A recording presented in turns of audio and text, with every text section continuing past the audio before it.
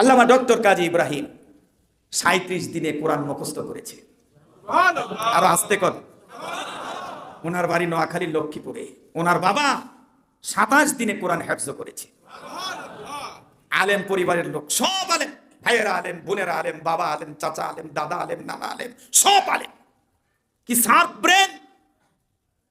তারাবিহের সালাত পড়ছেন, খতমে তারাবি পড়বেন। তিনি বলছেন আমি ইমামতি করব। সবাই হতবাক। তখন একটা বিশাল বড় কামিল মাদ্রাসা, তিনি হেড মুহাদ্দিস, নরসিংদী জামিয়া কাসিমিয়ার। বলছে আপনি তো হাফেজ না? কয় না, আমি হেফজ করে করে পড়াবো। প্রতিদিন এক পারা হেফজ করছেন, তারাবির নামাজ ইমামতি করছেন। সুবহানাল্লাহ বলবেন না?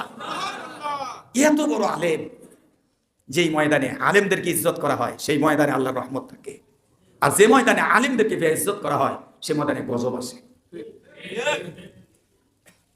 কিয়ামতের খুব কাছাকাছি সময় চলে এসেছি।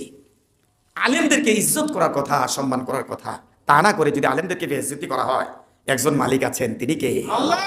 দুনিয়াতে তো কেউ চিরদিন থাকবো না, চলে যেতেই হবে, মরতে হবে, আল্লাহর আদালতে হিসাব দিতে হবে।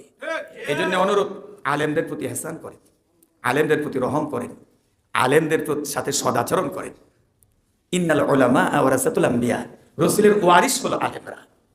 আল্লাহর রসুলকে যদি ভালোবেসে থাকেন, রসুলের মহাব্বত যদি ভিতরে থাকে, রসুলের প্রেম যদি থাকে, তাহলে আলেমদেরকে ভালোবাসেন। যারা আলেমকে ভালোবাসে, রসুল কয় সেজন্য আমারই ভালোবাসে, আর আমাকে যে ভালোবাসবে সে আমার সাথেই জান্নাতে থাকবে।